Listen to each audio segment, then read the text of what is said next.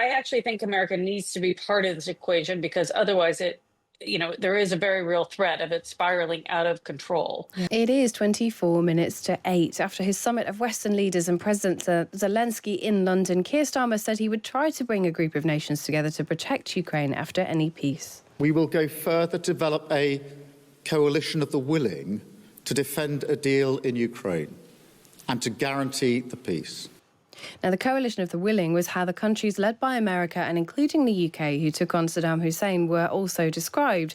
The point is it wasn't a NATO operation. It was an ad hoc group that some countries chose to join and others didn't. So could that work here? With us is Karin von Hippel, the former senior advisor in the US State Department and was the Director General of the defence think tank RUSI, the Royal United Services Institute. Good morning. Good morning. Now, let's start with this coalition of the willing. I mean, the reality here is that not every European nation is going to be able to contribute, but how muscular can it be if America doesn't provide a backstop?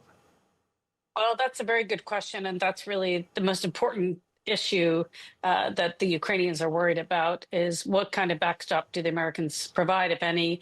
I think what they're hoping for at a minimum is air cover, U.S. enablers, basically air cover, intelligence assets, maybe some missile defense. They don't need U.S. troops on the ground, but they need to know that America has their back in a substantive way, as opposed to sort of an open commitment that Trump kind of gave, but he didn't give it in a more realistic way, and that's what they're worried about. But certainly the Europeans can do a lot.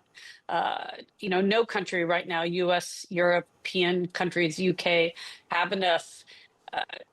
They have enough kit and ability to do this for too long because everyone's quite stretched because of this war in Ukraine, but they certainly could hold out for some time.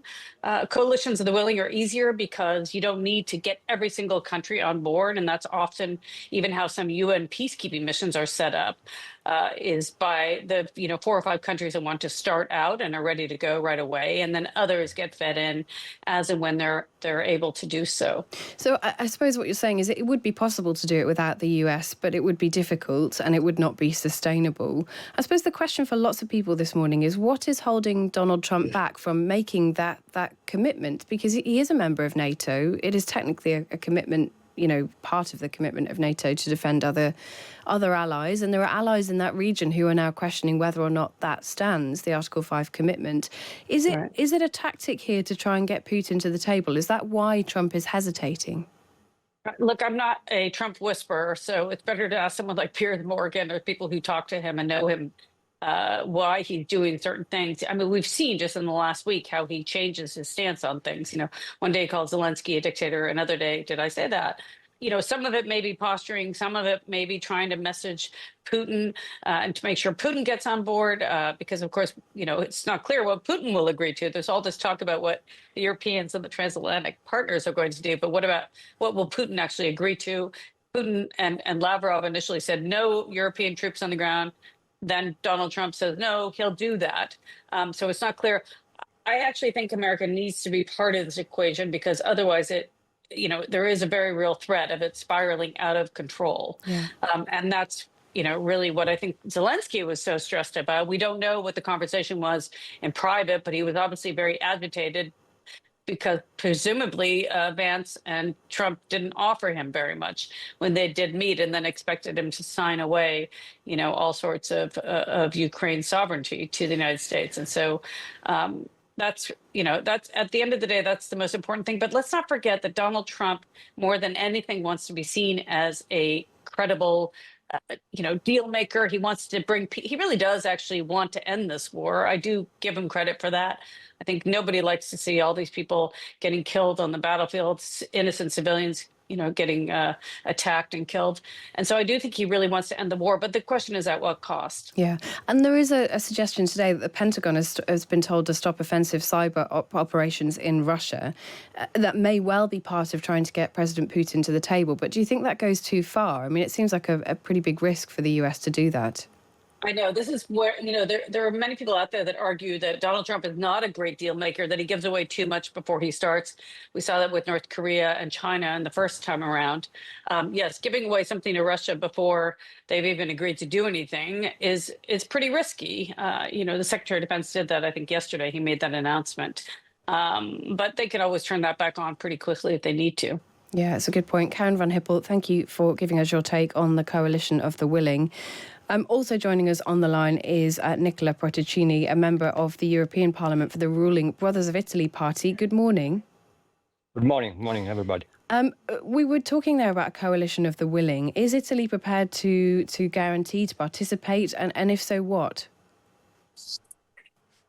But listen, maybe this is something that we can discuss in a peaceful time, not during a war, and maybe not during a ceasefire, because ceasefire is too weak. So this is why we prefer something bigger than only a few European countries military alliance. We think exactly that we need also the US support. We can't overestimate our deterrence. I don't think it's enough without the US commitment. So yes, it's a good idea. Italy will be part of every alliance to support Ukraine, but let me say frankly that without a sort of support of USA, there's no way to do it. So it would not be possible for Europe to defend itself and defend Ukraine without American support. Am I right in thinking there that you are saying that Italy will not guarantee any troops or any weaponry into a coalition of the willing in a sort of war situation? You would only want to talk about that after the war was over. Is that what you were saying there? We are pragmatic. If you look at the deterrence of a European military, is not strong enough. It's not strong enough. It's a big risk because every incident could be dramatic. So we prefer something bigger. We prefer a larger commitment, maybe not only from the West. Maybe we can think also something more, for example, other army, China, or I don't know. But we are thinking about a just and lasting peace. For having that, we need a very big alliance to keep the peace on the ground, because the war border is so big, and the risk is so big.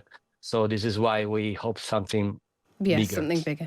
Nicola Protoccini, a member of the European Parliament for the ruling Brothers of Italy party. Thank you very much for your time, raising a really interesting point. Thank you.